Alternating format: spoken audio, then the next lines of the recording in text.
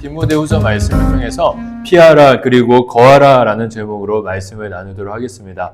여러분, 제가 기도하긴 했지만은 어느새 1월 2026년의 첫 달도 마무리되어 가고 있습니다. 이번 주간이 이제 1월의 마지막 주간인데 여러분 1월 한 달 어떻게 보냈어요? 나름 의미 있게 보냈습니까? 아무 생각 없이 그냥 흘려보냈어요? 저는 이번 주 이제 1월 마지막 주를 맞이하면서 저의 한 달이 어땠나 이렇게 생각해 봤는데 저의 한 달은 굉장히 성령으로 충만했던 것 같아요. 미안해 목사님 자화자찬해서 그런 게 아니라 그 목사님이 한 달을 이렇게 돌아보니까 이번 한 달 제가 굉장히 작은 것에도 감사할 줄 아는 그런 삶을 살았더라고요.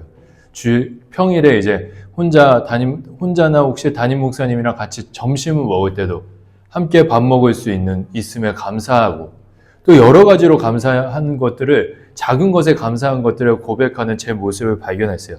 특별히 최근에 며칠 전에 우리 집 보일러가 고장이 났거든. 고장이 났는데 따뜻한 물이 안 나오는 거야, 이 추운데. 그때 알았어요. 따뜻한 물로 샤워를 할 수 있는 것이 얼마나 감사한 일인지 삶 속에서 깨달았습니다. 근데 제가 이렇게 감사를 고백했다 하지만은 제 삶에 감사만 있었을까요? 아니죠. 불평도 있었고 불만도 있었고 어떤 날은 미래에 대한 불안감에 사로잡힌 그런 날들도 있었어요. 근데 그럼에도 불구하고 이렇게 한 달을 마무리하면서 감사를 고백했다라고 이렇게 기억할 수 있는 이유는 생각해 봤어요. 왜 내가 이렇게 감사할 수 있을까?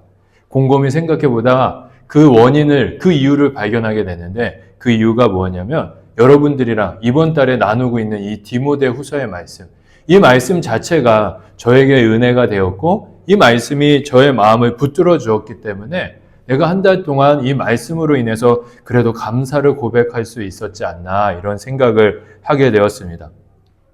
여러분 1월 한 달 어떻게 지냈는지 아직 돌아보지 못했다면 이번 주간에 한번 돌아봐 보세요. 제가 아는 여러분의 삶에 여러 가지 일들이 있었던 걸로 알고 있거든요.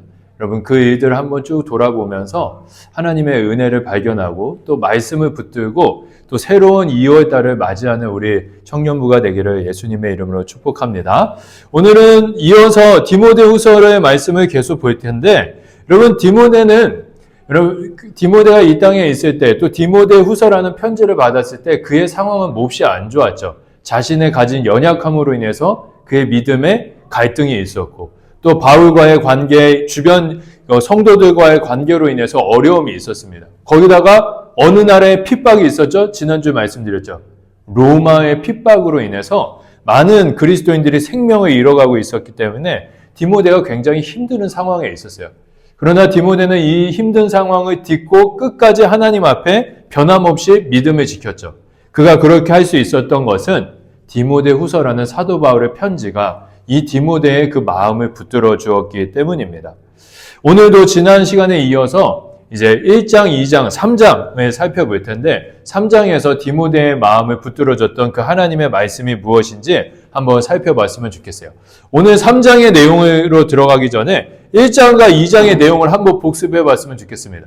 1장에서 디모데의 믿음을 붙들어 준 말씀은 세 가지였죠. 첫 번째는 하나님의 마음을 기억해라. 디모데 너를 향한 하나님의 마음은 두려움이 아니라 능력과 사랑과 절제라는 것을 기억해라. 이런 내용이었죠. 그리고 복음과 함께 고난을 받으라. 아름다운 것을 지켜라. 라는 메시지가 있었습니다. 2장 기억하나요? 지난주에 어떤 내용이냐면 사도 바울이 계속해서 이야기했죠. 나와 함께 고난을 받으라. 뭐와 같이? 병사와 같이, 운동 경기하는 사람 같이, 농부와 같이 충성과 성실과 정직한 모습으로 살아가야 된다 이야기했죠. 두 번째는 부끄러울 것이 없는 일꾼이 되어야 된다라고 이런 말씀으로 이제 디모데가 이 말씀을 붙들고 그리스도인으로서 이 땅에서 건강하게 신실하게 살아갔습니다. 자, 오늘은 이제 3장에서는 두 가지 메시지를 발견할 수 있는데 첫 번째는 피하라입니다. 피하라. 무엇을 피하라는 것일까요? 오늘 디모데후서 읽지는 않았지만 3장 1절부터 4절에 보면 이런 내용이 있어요. 우리 같이 한번 읽어보도록 하겠습니다. 함께 읽겠습니다. 시작. 너는 이것을 알라. 자기를 사랑하며 돈을 사랑하며 자랑하며 교만하며 비방하며 부모를 거역하며 감사하지 아니하며 거룩하지 아니하며 무정하며 원통함을 풀지 아니하며 모함하며 절제하지 못하며 사나우며 선한 것을 좋아하지 아니하며 배신하며 조급하며 자만하며 쾌락을 사랑하기를 하나님 사랑하는 것보다 더하며. 자, 오늘 말씀에 보면 사도 바울이 디모데에게 디모데야 이거를 알아야 된다라고 이야기하고 있어요. 무엇을 알아야 되냐? 말세, 세상의 마지막이 가까울수록 이런 일이 일어나는데 이런 일을 너가 꼭 알아야 된다라고 바울이 이야기하고 있죠. 그 일이 무슨 일이냐? 여러분 다 모든 내용이 약간 어둡고 부정적인 내용들로 가득하죠. 그 디모데가 알아야 되는 마지막 때에 일어날 일은 바로 여러분 사람들이 하나님보다 자신과 돈을 사랑하게 된다는 것입니다.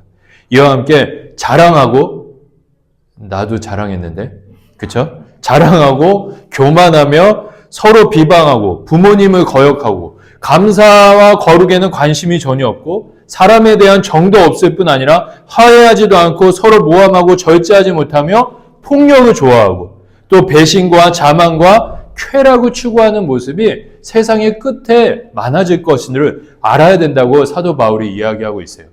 여러분 이 내용 어때요? 공감이 되십니까? 여러분 우리가 하루하루 지나간다는 것은 세상의 마지막을 향해서 걸어가고 있다는 것을 의미하는데 여러분이 보기에 세상이 날이 갈수록 이 말씀처럼 어두워지고 있는 것 같아요? 어때요? 충분히 공감할 수 있는 내용이라고 생각되고 또 어떤 면에서는 정말 이 사도 바울의 이야기가 하나님의 말씀, 진리라는 것을 믿을 수밖에 없게 되죠. 여러분 정말 우리가 사는 이 세상은 날이 갈수록 점점 악해지고 있어요. 사도 바울은 디모데에게 이야기하는 거죠. 지금 로마의 핍박이 있는데 이것보다 더 힘든 일들이 일어날 거다라고 이야기하고 있는 거예요. 근데 여러분 이 말씀이 되게 놀랍고 의외인 거 한 가지 사실이 있는데 여러분 이 내용을 읽으면서 어디를 떠올렸어요? 아마 여러분의 대부분은 하나님을 안 믿는 사람들을 떠올렸을 거예요. 하나님을 안 믿는 사람들이 이렇게 될 거다라고 생각을 했겠죠. 근데 여러분 이 말씀은 사실은 교회 안에서 이런 일들이 더 많이 일어날 거라는 그런 경고, 교회를 향한 경고의 말씀이라는 거예요. 놀랍지 않나요? 근데 여러분 이 말에 우리가 귀 기울여야 되는 이유는 교회에 대한 경고라는 것은 이런 일들이 나에게도 일어날 수 있다는 것을 의미하고 있어요. 나도 교회니까. 나도 교회에 속한 사람이기 때문에 나도 여기서 벗어날 수 없는 존재라는 것을 의미하고 있죠. 근데 여기서 포인트는 이러한 일들이 아니라 이것을 알아야 된다는 것이죠. 사도 바울은 이야기해요. 너는 이것을 알아야 된다. 그렇다면 사도 바울은 디모데에게 왜 이런 것을 알아야 된다라고 이야기할까요? 솔직히 부정적인 이야기잖아요. 긍정적인 부분도 있고 밝은 부분도 있는데 사도 바울이 디모데에게 어두운 부분만 이야기하는데 왜 이런 이야기를 했을까? 어두운 현실을 직시하라는 것일까요? 아니면 이것에 대항해서 싸워야 된다는 것을 의미할까요? 이어지는 말씀을 읽어보면 사도 바울이 왜 이것을 알라고 이야기했는지 우리가 알 수가 있습니다. 우리 디모데후서 3장 5절의 말씀인데요. 우리 같이 한번 읽어봅시다. 시작. 경건의 모양은 있으나 경건의 능력은 부인하니 이 같은 자들에게서 내가 돌아서라. 사도 바울이 이어서 이야기해요. 이것을 알아야 되는 이유는 너가 이러한 악한 것들로부터 어두운 것들로부터 돌아서야 되기 때문이다 라고 이야기합니다.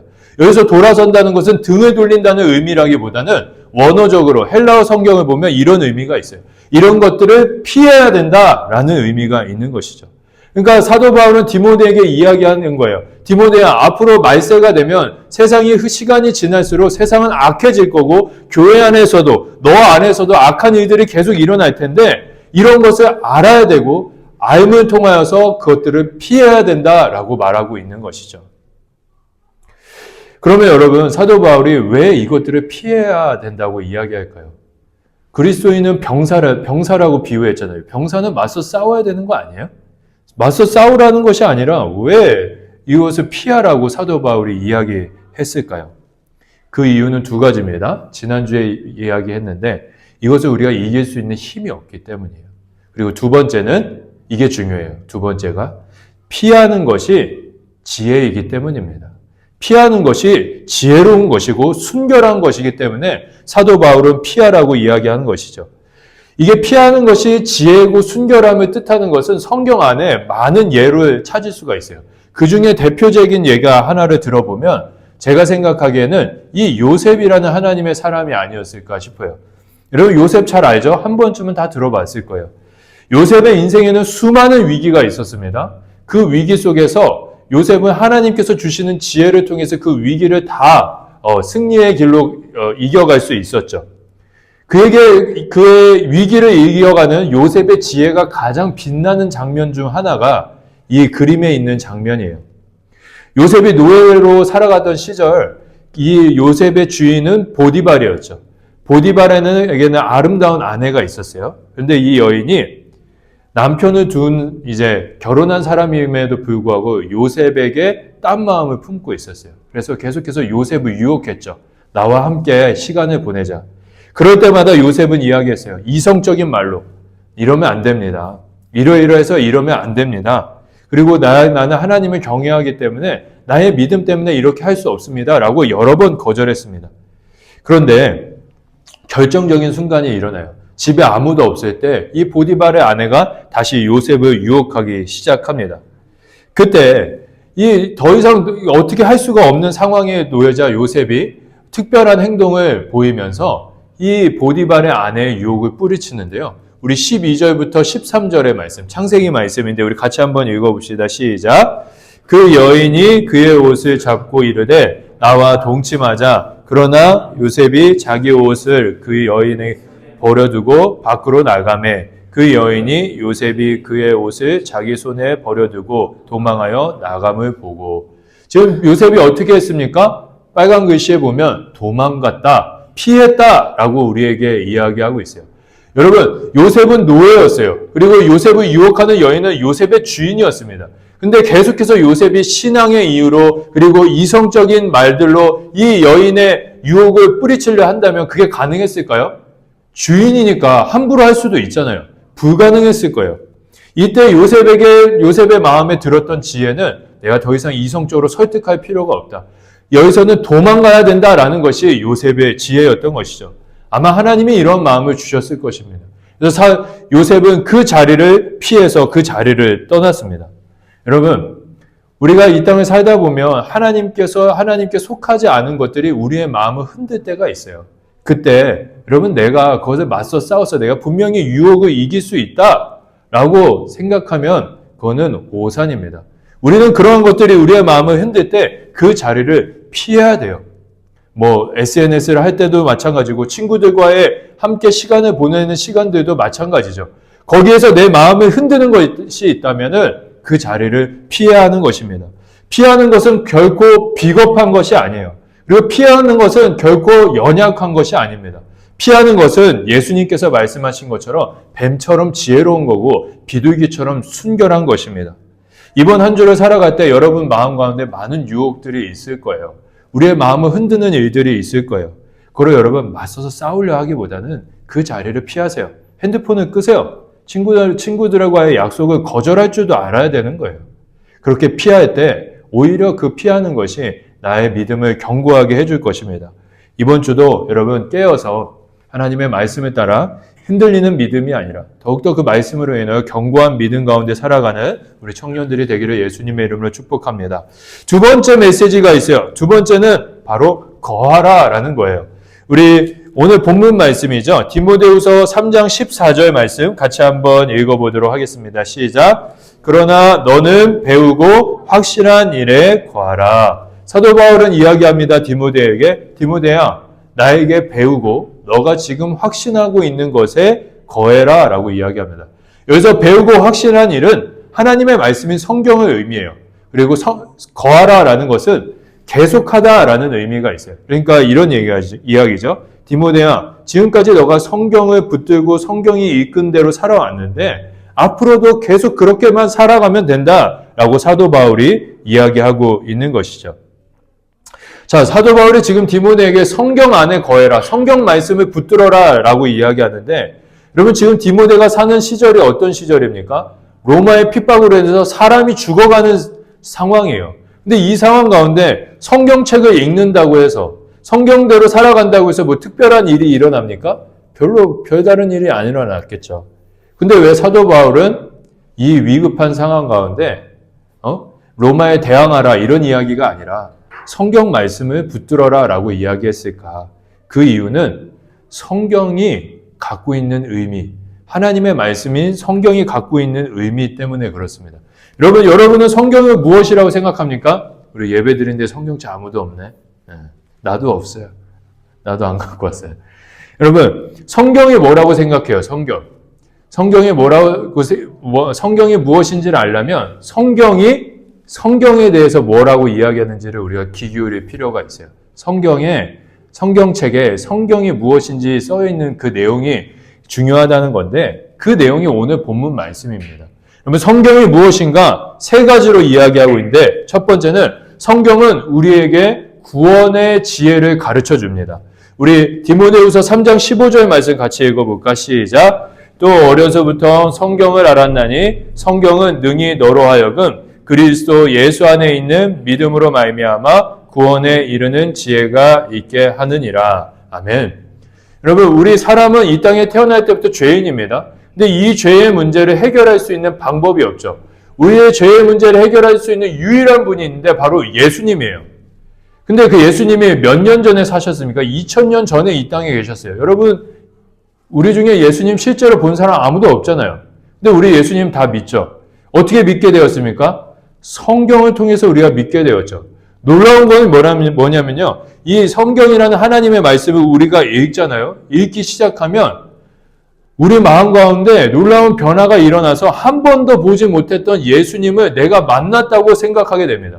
그걸 만났을 뿐 아니라 이분이 나를 죄에서 구원하실 수 있는 하나님이라고 믿게 되죠. 그리고 믿을 뿐 아니라 그분의 뜻대로 살려가는 마음이 우리 가운데 일어나요. 근데 이 일이 사람의 말로 되느냐? 아니라는 거예요. 누가 가르쳐 준다고 되는 것이냐? 아니라는 것이죠. 하나님의 말씀이 성경이 우리 마음 가운데 찾아왔을 때 그 마음 가운데 성경을 우리가 읽기 시작할 때 이러한 일이 일어난다는 거예요. 성경은 우리에게 구원을 이루는 지혜가 무엇인지, 예수님이 누구신지 가르쳐주는 하나님의 말씀이라는 것이죠.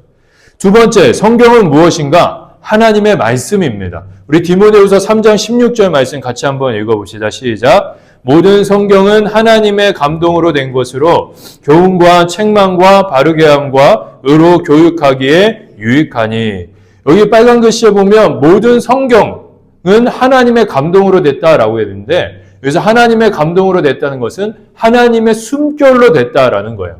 이게 하나님의 숨결로 됐다는 게 뭐냐면 하나님의 마음이 담겨져 있다는 건데 자 여러분 보세요. 하나 여기 한 번만 봐줄래? 이거 너무 중요한데 여기 한 번만 봐봐.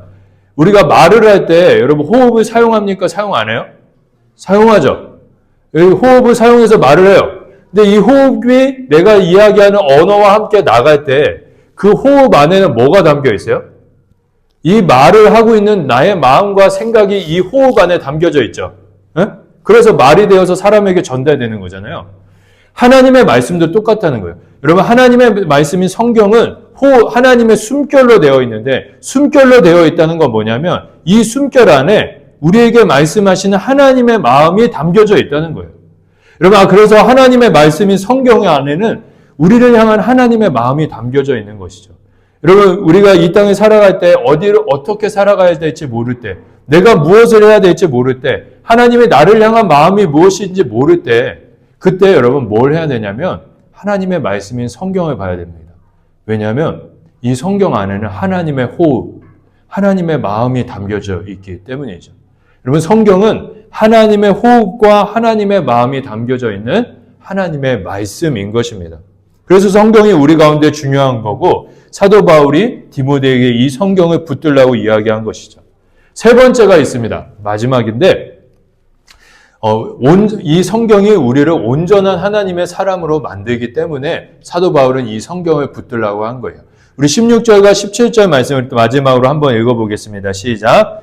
모든 성경은 하나님의 사람으로 온전하게 하며 모든 선한 일을 행할 능력을 갖추게 하려 함이라.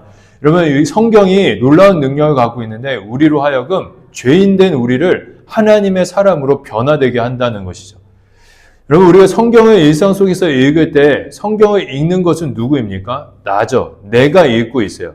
근데 그거는 우리의 보이는 눈으로 봤을 때나 그런 것입니다.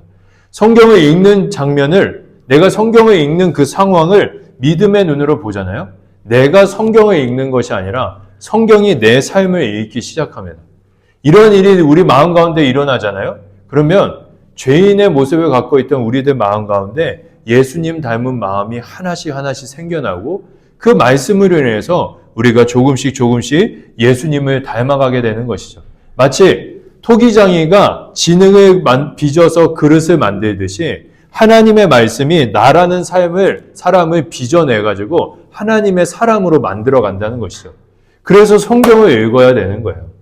그래서 성경을 읽어야 하는 것이죠. 그래서 디모데도 성경을 붙들어야 했었던 거예요. 믿음이 흔들릴 때 성경을 읽으면 성경이 디모데의 믿음을 붙들어 주었기 때문에 그 믿음을 더 견고하게 해줬기 때문에 사도 바울은 디모데에게 성경을 붙들라라고 이야기했던 것이죠. 자, 이제 설교를 마치도록 하겠습니다.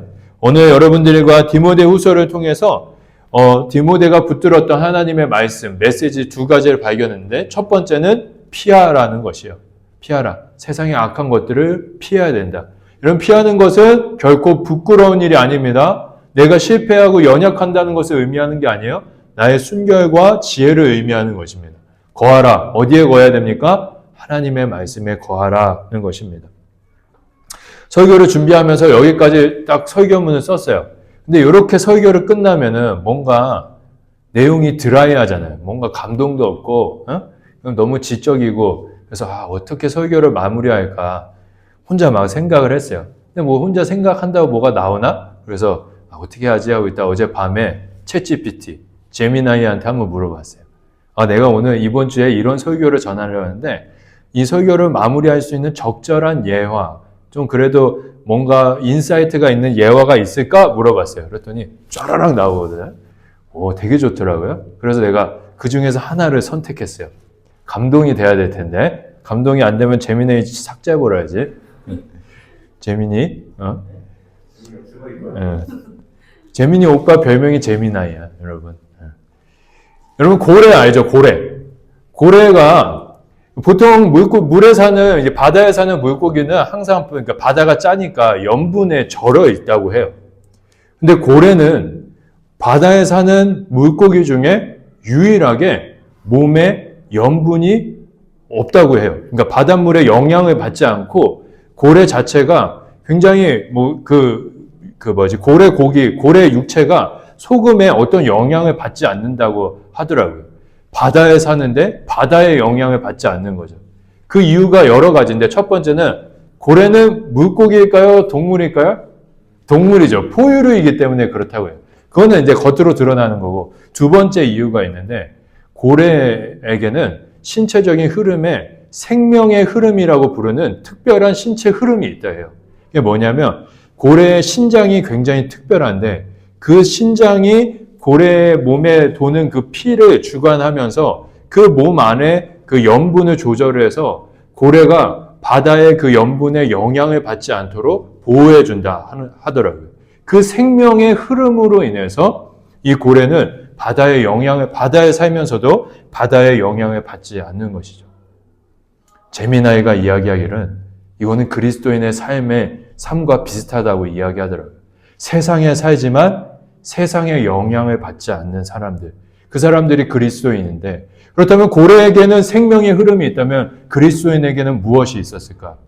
바로 하나님의 호흡이 담겨있는 하나님의 말씀. 성경을 읽기 시작할 때 우리는 이 세상에 살면서도 하나님의 백성으로서 거룩한 정체성을 유지할 수 있는 것이죠. 악한 것을 피하고 하나님의 말씀을 거하기 시작할 때 우리는 이 세상에 살면서도 하나님 나라의 백성으로서 살아갈 수 있는 것입니다.